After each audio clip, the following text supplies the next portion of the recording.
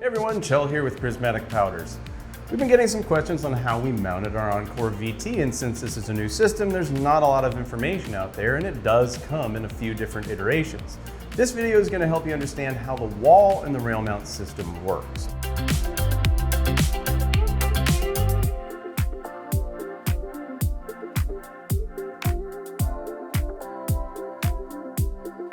Now, first things first, the version that we sell on prismaticpowders.com is the wall and the rail mount version. We don't offer the dolly system for the box feed or for a hopper. But what I like about the wall mount is that it offers options. So let's talk about what it comes with for mounting, the brackets, the plates, etc., so that you're familiar with the options, and then I'll show you how we mounted ours, which worked very well for our specific layout. Now you really just have two main components to mount for this system. You have the pump controller and you have the system controller.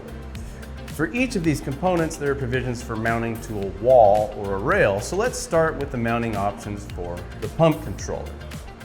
Now, if you want to mount the pump controller to a wall, you simply need this white bracket.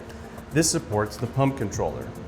The pump controller is held on by 4 bolts, and there are 2 on each side. The wall mount has 6 slots for the hardware that mount directly to the wall. And since most boost walls are metal, you'll just have to drill into that, and it will be sturdy enough to hold the pump controller. All of the hardware for this type of installation is included, but if you're going to get even more creative with the mounting and installation, you may need some additional hardware. If I were going to mount this to the wall, I would simply mount the bracket to the wall first, and then secure the pump controller to the bracket.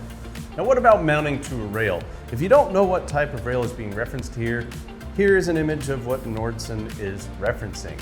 For this type of installation, you're still going to use that same wall mount bracket, but instead of mounting to a wall, you will bolt on this rail mount adapter, which when assembled will look like this.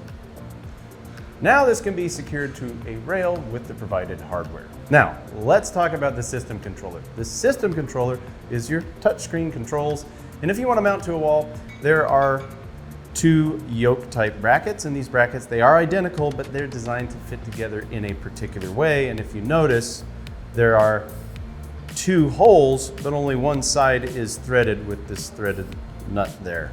And they are designed to fit opposite of each other so that you can articulate the screen. Now, there are multiple holes for wall mounting to suit a variety of situations. So the first step would be to mount one bracket to the wall, and then you connect the second bracket to your system controller, and then you could mount the system controller to that first bracket. And it's designed to pivot so that you can tilt it to whatever works best for you so you can view the screen. Now, let's move on to the rail mount for the system controller. Now, you have got a rail mount adapter that will bolt directly to one of the yokes. Now, probably the simplest way to install this is to connect the yoke to the back of the system controller and then attach that to the rail mount adapter. And then after that, you can just slide the rail mount onto a rail and secure it with the provided hardware. It's pretty easy. Now, let's talk about what we did. Since we're replacing an existing system that was mounted to our workbench, there was already a post on top of it, and this was a good place to mount the system controller. We used the pivoting wall mount, and we simply mounted it on top of the post. All we had to do was drill a few holes, mount the bracket, it made it up perfectly. But then we needed a place for the pump controller, and since the workbench already had some sturdy metal sides, we used the wall mount bracket to mark a place for our holes, drilled the holes, and then mounted the bracket to the side of the workbench and secured the pump controller to the bracket. It was a very easy custom installation, and we were able to use just the hardware provided in the kit, so it's very simple. All right, that is what we did. Hopefully this helps you guys understand what is included in the system and how you can use it for your setup. Thank you for watching, and we'll see you next time.